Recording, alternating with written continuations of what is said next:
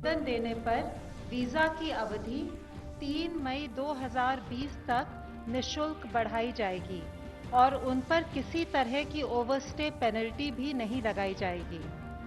अगर विदेशी नागरिकों को ओवरस्टे की वजह से एग्जिट परमिट की आवश्यकता है तो वे 3 मई 2020 तक आवेदन दे सकते हैं। ये एग्जिट परमिट भी उन्हें निःशुल्क दिया जाएगा और 17/5/2020 तक का ग्रेस पीरियड भी दिया जाएगा। यह भारत सरकार द्वारा लॉकडाउन की वजह से फंसे हुए सभी विदेशी नागरिकों के लिए एक सद्भावना का संकेत है। जहां तक आवश्यक वस्तुओं और सेवाओं की स्थिति है, वो संतोषजनक है। लोगों की समस्याओं का निदान करने के लिए सभी राज्य सरकारों और केंद्र शासित प्रदेशों ने कंट्रोल रूम और हेल्पलाइंस स्थापित कर दिए हैं। सभी राज्यों ने आपदा प्रबंधन के लिए स्टेट इमरजेंसी ऑपरेशन सेंटर्स और डिस्ट्रिक्ट इमरजेंसी ऑपरेशन सेंटर्स को भी क्रियान्वित किया है। इनकी डिटेल्स भी गृह मंत्रालय की वेबसाइट पर उपलब्ध हैं। श्रम एवं रोजगार मंत्रालय ने भी संपूर्ण देश में मजदूरों के लिए 20 शिकायत केंद्र स्थापित किए हैं। गृह मंत्रालय का कंट्रोल रूम भी 24/7 अपनी सेवाएं प्रदान कर रहा है। हमारी नई टोल फ्री हेल्पलाइंस 1930 और 1944 पर भी लोगों की समस्याओं का निदान किया जा रहा है।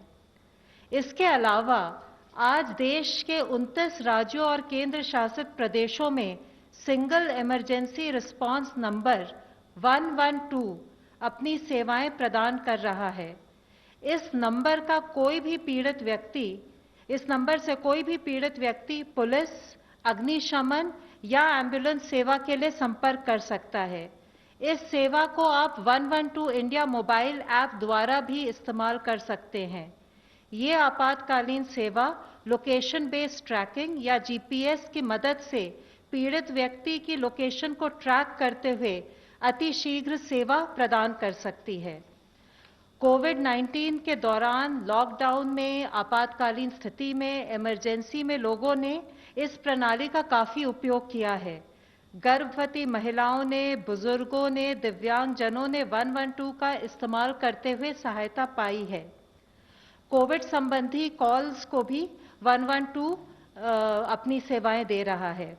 हमारी आशा ये है कि इन सब सेवाओं के द्वारा लॉकडाउन पीरियड में हम आपकी समस्याओं को सुलझा पाएंगे। धन्यवाद। धन्यवाद। Health ministry.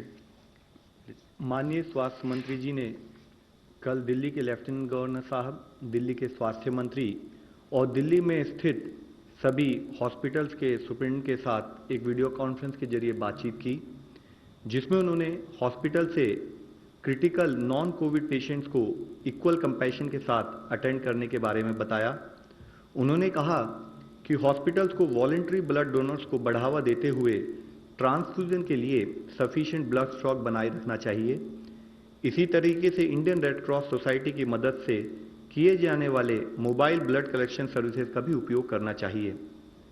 अब तक का डिटेल डेटा अगर हम देखें तो देश में 1992 लोग क्योर हो चुके हैं, जिसके द्वारा अगर हम देखें तो हमारी overall cure percentage is something around 13.85%। कल से टोटल 991 एडिशनल पॉजिटिव केसेस आए हैं, which takes our confirm cases to 14,378 cases. Last 24 hours में 43 न्यू डेथ्स भी रिपोर्ट हुई हैं, taking our total death toll to 480 deaths. आज मैं आप लोगों की दृष्टि में लाना चाहूँगा कि स्टेट लेवल पर, डिस्ट्रिक्ट लेवल पर किए हुए कार्यों के द्वारा हमें अच्छे रिजल्ट्स भी काफ़ी हद तक मिलने लगे हैं, जिसके तहत 23 राज्यों में 47 जिलों में हमने एक पॉजिटिव ट्रेंड नोट किया है, जिसमें कि इससे पहले मैंने बताया कि माहे इन पुडुचेरी, उसके साथ साथ कोडगु इन कर्नाटका में भी पिछले 28 दिनों से एक पॉजिटिव केस नहीं आया है। ये वह डिस्ट्रिक्ट थे जहां पर इससे पहले पॉजिटिव केस आए थे। 23 जिलों में, 23 स्टेट्स में 45 अदर डिस्ट्रिक्ट्स है जहां पर भी पिछले 14 दिनों से कोई भी नया केस रिपोर्ट नहीं हुआ है।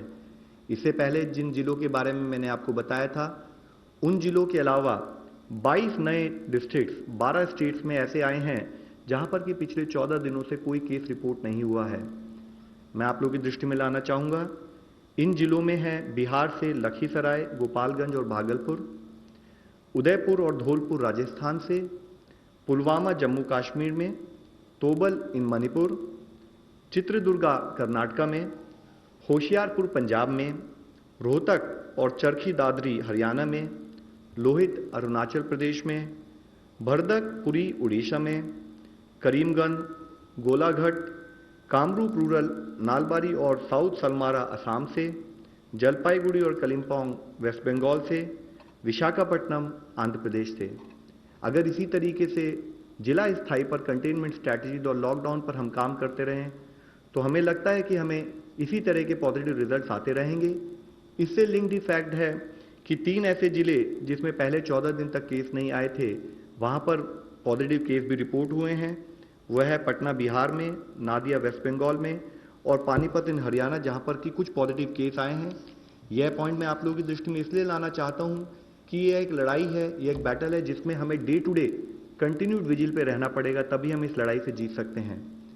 डेथ का जो डिटेल्स आई थी, अगर हम उसको एनालाइज करें तो हमने देखा है कि हमारे देश में मॉर्टेलिटी करीब 3.3% पाई गई है, जिसमें अगर एज वाइज एनालिसिस करें तो पाते हैं कि 0 to 45 ईयर्स एज ग्रुप में 14.4% ऑफ पीपल वहां पर डेथ नोट की गई है, 45 to 60% में 10.3%, 60 to 75 में 33.1% और 75 ईयर्स एंड अबव में 42.2%। तो यानी कि हम देखते हैं कि 75.3% केसेस जो हैं वह 60 प्लस उम्र के लोगों में डेथ नोट की गई है। इसी तरीके से कोमॉर्बिड कंडीशंस के बेसिस पे एनालाइज करें तो हम देखते हैं कि 83% केसेस में कोमॉर्बिडिटीज भी पाई गई हैं। यह मैं आप लोगों की दृष्टि में इसलिए लाना चाहता हूं क्योंकि इससे पता लगता है कि एल्डरली पीपल और पीपल विद कोमॉर्बिडिटीज वह हाई रिस्क केसेस में आते हैं। आज लॉकडाउन और सोशल डिस्टेंसिंग के बारे में जब हम बात करते हैं तो हर आदमी को सोशल डिस्टेंसिंग को फॉलो करना है, क्योंकि उसके घर में अगर कोई बुजुर्ग भी हैं तो उसके द्वारा उनको भी इन्फेक्शन पास होने का खतरा हो सकता है। इसके साथ ही जैसे मैंने आपको बताया कि 14,378 पॉजिटिव केसेस जो आए हैं उसमें से 4,291 लगभग 29.8% केसेस निजामुद्दीन मरकज क्लस्टर से सिंगल सोर्स से संबंधित पाए गए हैं, जिससे 23 स्टेट्स और यूनियन टेरिटरी से इससे रिलेटेड केसेस पाए गए। मुख्यतः तमिलनाडु, दिल्ली, तेलंगाना, उत्तर प्रदेश और आंध्र प्रदेश जैसी हाई डिजीज बर्डन स्टेट्स में, जो कि top 10 states in terms of case loads हैं, वहां पर इस पर्टिकुलर इंसिडेंट से रिलेटेड केसेस पाए गए हैं। तमिलनाडु में 84% केसेस, दिल्ली में 63% केसेस, तेलंगाना में 79% केसेस, यूपी में 59% केसेस और आंध्र प्रदेश में 61% केसेस इस इवेंट से लिंक नोट किए गए हैं। इसके साथ ही मैं आप लोगों की दृष्टि में लाना चाहूंगा कि कुछ कम केसेस रिपोर्ट होने वाले राज्यों में भी इस इवेंट से रिलेटेड केसेस ने कंट्रीब्यूट किया। जैसे कि अरुणाचल प्रदेश में जो एक मामला आया है वह इस इवेंट से रिलेटेड है।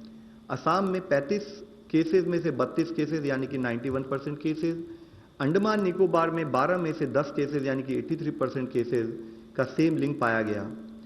इस इवेंट को मैं आप लोगों की दृष्टि में इसलिए लाना चाहता हूं कि सरकार की सलाह के अनुसार लॉकडाउन और सोशल डिस्टेंसिंग अगर कोई एक भी व्यक्ति पालन नहीं करता है, उसके पालन ना करने से देश के लिए कॉन्सिक्वेंसेज होते हैं।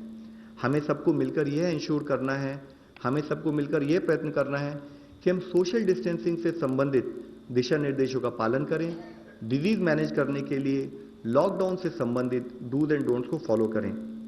इसके साथ ही टेस्टिंग मेथोडोलॉजी के केयरफुल रिव्यू करने के बाद आईसीएमआर ने नेशनल टेस्ट टास्क फोर्स की एडवाइस के तहत एक नया दिशा निर्देश जारी किया है, जिसको मैं आप लोगों की दृष्टि में लाना चाहूंगा। इसके द्वारा उन्होंने बताया है कि मुख्यतः जैसे आप लोग इस प्रेजेंटेशन के थ्रू देख सकते हैं कि real time PCR test is actually the gold standard frontline test for कोविड-19। ये पॉइंट इसलिए बताना जरूरी समझता हूं कि हम सबको डिफरेंस पता होना चाहिए कि real time PCR test versus antibody test के क्या क्या रोल और क्या क्या लिमिटेशंस हैं। तो इसमें मैं बताना चाहूंगा कि रियल टाइम पीसीआर टेस्ट को ही हम कंफर्मेशन टेस्ट के रूप में मानते हैं। जो रैपिड एंटीबॉडी टेस्ट है वह इस टेस्ट को रिप्लेस नहीं करता और रैपिड एंटीबॉडी टेस्ट का प्राइमरी पर्पस है कि वो prevalence of disease in a particular area के बारे में दर्शाता है और इसकी यूटिलिटी जैसे कि इससे पहले भी अवगत किया गया है कि एंटीबॉडीज बनने में करीब मिनिमम 7 दिन लग सकते हैं बॉडी में, तो इसकी यूटिलिटी अगर कोई आदमी इन्फेक्टेड है तो 7 दिन के बाद ही उसके सिम्टम्स आ सकते हैं, तो उसके बाद ही इसकी कोई हमें क्लैरिटी या कोई आउटपुट मिलता है। साथ ही रैपिड डायग्नोस्टिक टेस्ट का पर्पज कंफर्मेटरी टेस्ट के रूप में ना होते हुए एपिडेमियोलॉजिकल स्टडीज और सर्वेलेंस पर्पजेस के लिए किया जाता है।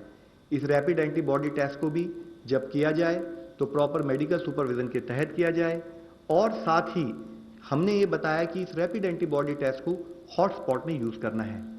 इन केस किसी डिस्ट्रिक्ट किसी स्टेट में अगर कोई एरिया हॉटस्पॉट के रूप में डिक्लेयर भी नहीं हुआ है तो हम लोगों ने एडवाइस दी है कि वहां पर भी रैपिड डायग्नोस्टिक टेस्ट या तो हॉटस्पॉट का जो इमर्ज हो रहा है उसके एनालिसिस के लिए यूज किया जाए या as a surveillance tool use किया जाए एपिडेमियोलॉजिकल पर्पजेस के लिए, ताकि आइडेंटिफाई किया जाए उन एरिया में जहां केसेस नहीं आए हैं।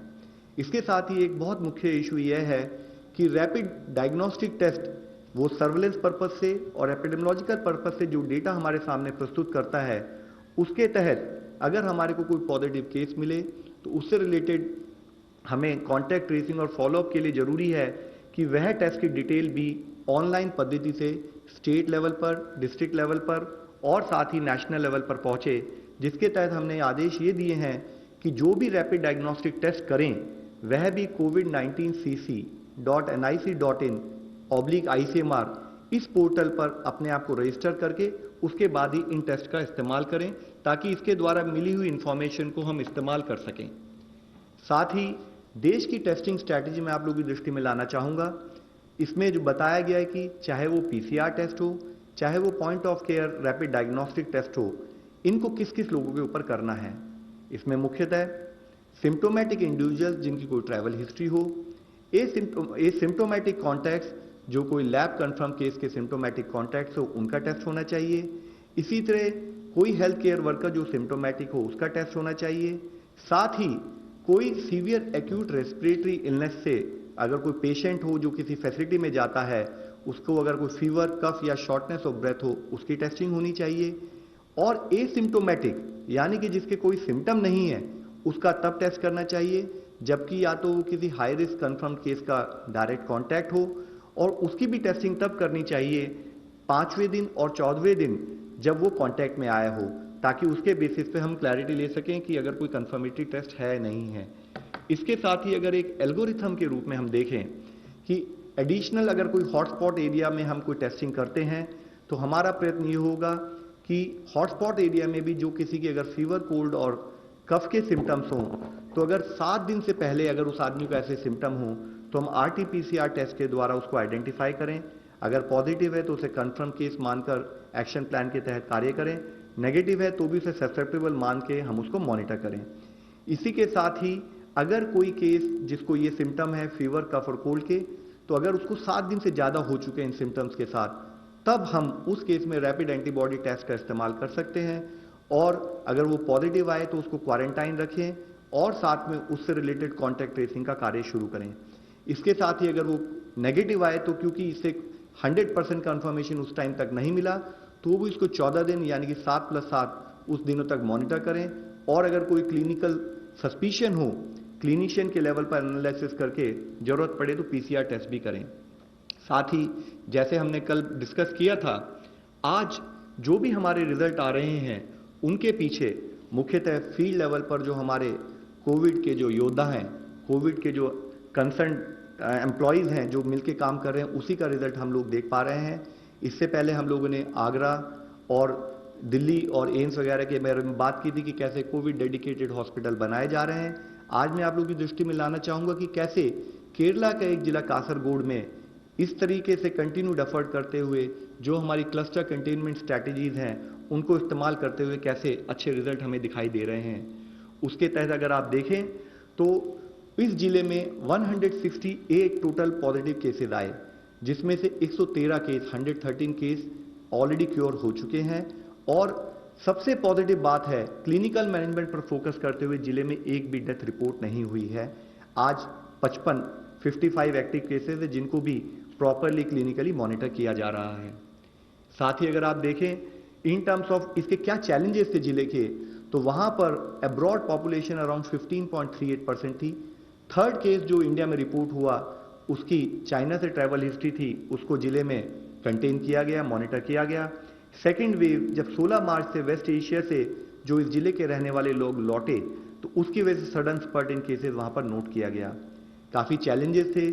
चैलेंजेस के रूप में देखें तो एक बॉर्डर डिस्ट्रिक्ट था, स्टेट कैपिटल से दूर था, ज्योग्राफिकली डिस्टेंट था मेजर टाउन से, साथ में इतने सारे लोग एन मास जब लौटे विदेशों से जो एक्सपैट्रिएट, तो वो किसी एयरपोर्ट पर आए, किसी एयरपोर्ट से डिफरेंट मेथोडोलॉजी से ट्रैवल करके रेल से रूट से वो जिले में पहुंचे, तो उससे संबंधित कॉन्टैक्ट ट्रेसिंग उन सब केसेस में एक बहुत बड़ा चैलेंज भी था।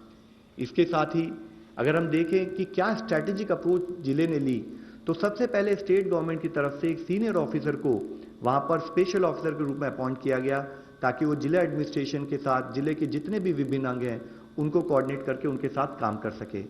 उन्होंने लैब के ऊपर फोकस किया, उन्होंने हॉस्पिटल बनाने पर फोकस किया, और उसके रूप में देखें तो जैसे कि हमारा क्लस्टर कंटेनमेंट स्ट्रैटेजी है, तो उन्होंने उससे संबंधित इंसिडेंट कमांडर्स बनाए, होम क्वारंटाइन किया उन लोगों को जिनकी ट्रैवल हिस्ट्री थी। साथ ही एक सोशल डिस्टेंसिंग के ऊपर एक आईसी कैंपेन जिले में लॉन्च की गई जिसको ब्रेक द चेन नाम दिया गया। सारे जितने भी हमारे क्लस्टर के रेड कलर में जो हमने कंटेनमेंट जोन बनाई उनको आइडेंटिफाई किया गया। ड्रोन का इस्तेमाल किया गया टेक्नोलॉजी के रूप में, 7 ड्रोन को एम्प्लॉय करके सर्वेलेंस के लिए यूज किया गया, और जितने भी होम क्वारंटाइन के केसेस थे उनको जियो स्पेशल मेथोडोलॉजी की तरह से ट्रैक कर दिया गया ताकि लोग होम क्वारंटाइन को फॉलो कर रहे हैं नहीं कर रहे हैं। इन सब चीजों को करते हुए इसेंशियल कमोडिटीज की किसी भी तरह से कमी ना हो उसके ऊपर भी जिला लेवल पर फोकस किया गया। इसके साथ ही अगर आप देखें तो जितने हमारे पॉजिटिव केसेस आए उससे संबंधित 17,373 जो प्राइमरी और सेकेंडरी कॉन्टैक्ट थे उनको ट्रेस किया गया, उनको क्वारंटाइन किया गया। डेली सैंपल्स पर फोकस किया गया, टेस्टिंग लैब स्टार्ट की गई, कोविड केयर सेंटर बनाए गए जिसमें 709 बेड थे, और साथ ही जितने भी प्राइमरी सेकेंडरी और हाई रिस्क कॉन्टैक्ट थे उनको आइसोलेशन सेंटर्स में ले जाकर उनको प्रॉपर्ली मॉनिटर किया गया। एक हॉस्पिटल को 200 बेड के हॉस्पिटल को वहां पर हमने ऑपरेशनलाइज किया 4 दिन के अंदर, और एक आईसीयू फैसिलिटी भी बनाई, और साथ में हाउस होल्ड सर्वे के लिए जो हमारे फ्रंट लाइन हेल्थ वर्कर्स हैं, आशाद हैं और हेल्थ इंस्पेक्टर्स हैं, उनके द्वारा हाउस टू हाउस सर्वे किया गया। एक केयर फॉर कासरगोड इनिशिएटिव के नाम पर सोशल वेलफेयर रिलेटेड एक्टिविटीज उसमें कोई दिक्कत ना हो उसके ऊपर भी कार्य किया गया। फ्री फूड किट्स प्रोवाइड की गई पुअर और माइग्रेंट वर्कर्स को। ब्लैक मार्केटिंग, होर्डिंग और प्राइस राइज को मॉनिटर किया गया। साथ में शेल्टर होम और कम्युनिटी किचन्स के द्वारा वहां पर इंश्योर किया गया जो पुअर और डेस्टिट्यूट हैं उनको किसी तरह की परेशानी का सामना ना करना पड़े। इसके साथ ही हेल्थ चेकअप किया गया जितने भी माइग्रेंट और डेस्टिट्यूट से ऑल्टरनेट डे, ताकि उनकी हेल्थ को भी मॉनिटर किया जा सके। जो मेजर एफर्ट रहा वह यह रहा कि जो भी प्राइमरी सेकेंडरी कॉन्टैक्ट्स हैं या हाई रिस्क केसेस हैं जैसे कि 60 साल एंड अबव, उनको स्ट्रेट अवे क्वारंटाइन करके आइसोलेशन सेंटर्स में ले जाया गया ताकि उनको इफेक्टिव मॉनिटर किया जा सके। 100% हाउस होल्ड सर्वे किए गए ताकि समटाइम्स मॉनिटर किए जा सकें। इसेंशियल कमोडिटीज एक बहुत मेजर इंटरवेंशन रहा, और साथ में इफेक्टिव अवेयरनेस कैंपेन जो भी कार्य किया गया वह कम्युनिटी को मिलाकर, कम्युनिटी को जोड़कर किया गया। और मैं आप लोगों को आखिर में यही बताना चाहूंगा कि we really got to know, we got very positive results कि जब लोग ट्रीटमेंट के बाद, क्योर होने के बाद वो अपने घर लौटे। मैं आप लोगों से अंत में यही रिक्वेस्ट करना चाहूंगा, ये एक हमारी कंटिन्यूड बैटल है, इसमें हम सब लोगों को मिलकर काम करना है, सब लोगों को सपोर्ट करना है।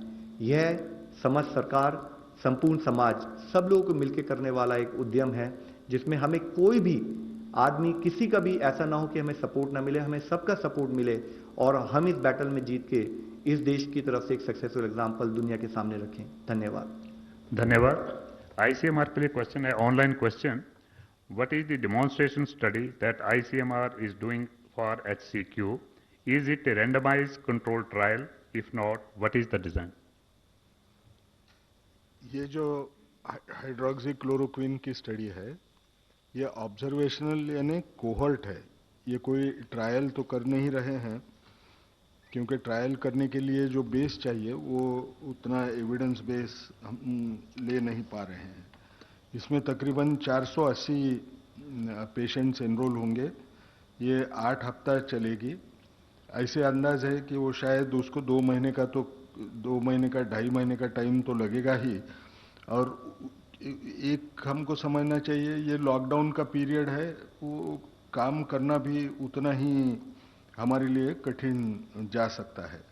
ये करते वक्त हमने ये समझ के दूसरी एक स्टडी लॉन्च की कि जिसमें जो लोग, जब पता चला हाइड्रोक्सीक्लोरोक्विन का एक स्टडी होने वाला है, तो कुछ लोगों ने, हेल्थ केयर वर्कर्स ने हाइड्रोक्सीक्लोरोक्विन लेना शुरू कर दिया। तो उनमें साइड इफेक्ट्स क्या हैं, उसका भी पता करने के लिए एक स्टडी लॉन्च की गई। वो जो स्टडी है, इसमें ये पता चलता है कि एवरेज एज वो लोगों का 35 साल था, और ये 35 साल की उम्र वाले जो लोग हैं, इनमें सबसे ज़्यादा कोई लक्षण दिखाई दिया तो वो था एब्डोमिनल पेन, जो उन्होंने रिपोर्ट किया है। 10% लोगों को एब्डोमिनल पेन हुआ, तकरीबन 6% लोगों को नौशिया यानी उल्टी होने का महसूस हुआ उनको। बाकी जो थे वो कम प्रोपोर्शन में मिले, जैसे कुछ लोगों को हाइपोग्लाइसीमिया हुआ, वो तकरीबन 1.3% लोग थे। इसमें एक चीज़ उभर के आ रही है कि ये जो हेल्थ केयर वर्कर्स थे, उनमें से तकरीबन 22% जो वर्कर्स थे, उनको या तो डायबिटीज़ था, ब्लड प्रेशर था, या कोई कोरोनरी वैस्कुलर डिसीज़ वाली कोई बीमारी थी, या रेस्पिरेटरी इलनेसेस थे। शायद उसके डर से वो लोगों ने शुरू किया होगा। सबसे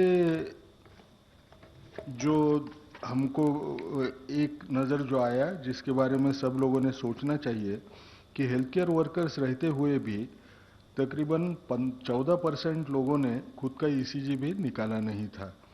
तो ये एक किस्म की स्टडी, ये भी ऑनगोइंग है। एम्स में दोनों क्लोरोक्विन के स्टडीज़ हो रहे हैं, जिसमें प्रोफिलैक्टिक भी वो देख रहे हैं और थेराप्यूटिक इम्पैक्ट भी देखने की वो कोशिश हो रही है। सब में एक समझना बहुत ज़रूरी है कि आज के तौर पे डर के मारे हेल्थ केयर वर्कर्स कई साइट पे सारे के सारे ये दवा लेने की कोशिश कर रहे हैं। कुछ साइट्स ऐसे हैं जहां दवा लेने की फ्रीक्वेंसी कम है, और उसका असर स्टडी डिज़ाइन पे होता है।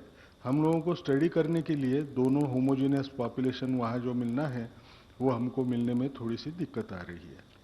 Sneha, CNN news.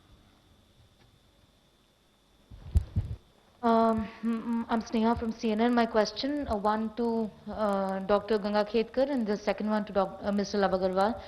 Dr. Ganga Khetkar, to you first. Can you tell us what's really happening as far as Remdesivir is concerned? Is there any possibility of any sort of a trial or any observational study in India if at all we end up producing this domestically? And to Mr. Agarwal, I want to ask you, there are several hospitals in the country, I know of 2 at least in Delhi, who are pool testing normal people, normal patients coming in for other things to a hospital, who are non-COVID-19 patients. Is that something that is permitted? Is that something that is allowed? Gangaram is doing it, Max Hospital is doing it.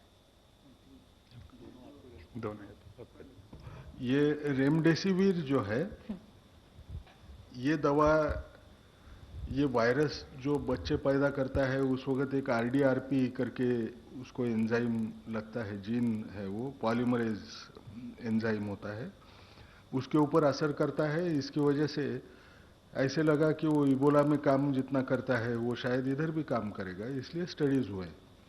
जो studies अभी published हैं वो trial के नहीं हैं। उन्होंने जो compassionate use पे लोगों को दिया, उसका पूरा डेटा इकट्ठा करके उन्होंने, उनका ये निर्णय उनको दिखा कि 68% लोगों में ऑक्सीजन डिमांड ये कम हो जाती है। लेकिन गिलियड साइंस जो वो कंपनी है जो रेमडेसिविर तैयार करती है, उसने 5,500 पेशेंट के ऊपर एक ट्रायल शुरू की है, जिसमें वो दवा 5 दिन वर्सेस 10 दिन ऐसे डोज का कंपैरिजन हो रहा है। उनका कहना है कि ये दवा शायद काम करती है, लेकिन इसका अभी भी इंटरिम एनालिसिस जो होता है आधी ट्रायल होने के बाद में, उसका भी वो इंटरिम एनालिसिस का डेटा अभी बाहर नहीं है। लेकिन कंपनी वाले बोलते हैं कि शायद इससे फायदा होगा, ऐसे दिखाई देता है, और वो 5 दिन की दवा ही अच्छी दिखेगी ऐसे समझता है। अब इस हालत में कि रेमडेसिविर एक पेटेंटेड मॉलिक्यूल है, वो गिलियड का है, उसका अभी तक असर दिखा नहीं है, यानी बाहर पब्लिश जो डेटा है उस पर रिलायबल है क्या ये हमको समझेगा नहीं। लेकिन समझ लीजिए कभी ये अच्छा है करके 1-2 हफ्ते में हमको पता चला तो हमारे पास 2 उपाय होते हैं। ये पैंडेमिक है, पैंडेमिक रहने की वजह से वो कंपनी पे भी थोड़ा प्रेशर आएगा कि ये पेटेंट पूलिंग में चले जाए। पेटेंट पूलिंग यानी आपने देखा होगा HIV के काफ़ी सारे ड्रग्स, इसका पेटेंट पूलिंग हुआ, वो कुछ रॉयल्टी चार्ज करते हैं दूसरे जेनरिक मैन्युफैक्चरर्स को, और वो दवा बेचने की उनको परमिशन दिया करते हैं। उस ढंग से काम होगा नहीं। हमारे यहाँ अगर वो दवा कहीं से मिलना शुरू हो जाए तो हम भी वो दवा की ट्रायल कर सकते हैं। लेकिन जैसे पहले मैंने 2 बार बोल चुका हूँ कि सॉलिडारिटी ट्रायल में एक आम रेमडेसिविर का भी है जिसमें हम लोग शरीक हो रहे हैं। मिस्टर ब्रह्म प्रकाश दुबे। सर, जी न्यूज़ से ब्रह्म प्रकाश दुबे हूँ।